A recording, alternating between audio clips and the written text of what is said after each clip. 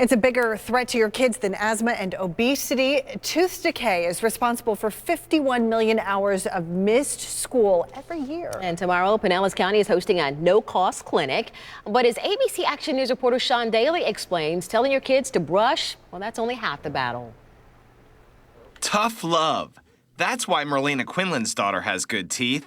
Constant mom nagging. If you want to have nice teeth, you have to. Sometimes I'll be like, Skylar, did you brush your teeth?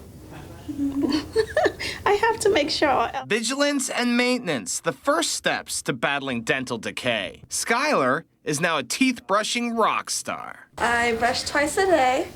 I use mouthwash and I floss. At Saturday's dental clinic for children without insurance in Pinellas County, decay will be the biggest problem. Dental decay is now the #1 preventable childhood disease in America and a parent's nightmare. It's something that can be taken care of. It's something that can be controlled. Besides vigilance, good nutrition and a smart diet are also key to fighting decay. Beware high sugar drinks, sodas, sports drinks, things you don't normally consider as being a problem. For younger kids, you might even have to brush those way back their teeth for them. I know, it sounds silly, but hey, every parent, and I do mean every, fights this battle. Even if, as a dentist, teaching my kids how to brush properly and emphasizing brushing, they still don't do it.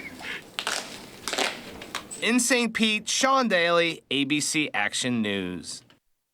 Here's that information again for Saturday's clinic. Large crowds are expected, so you may want to get there early. For more information on that, head to abcactionnews.com.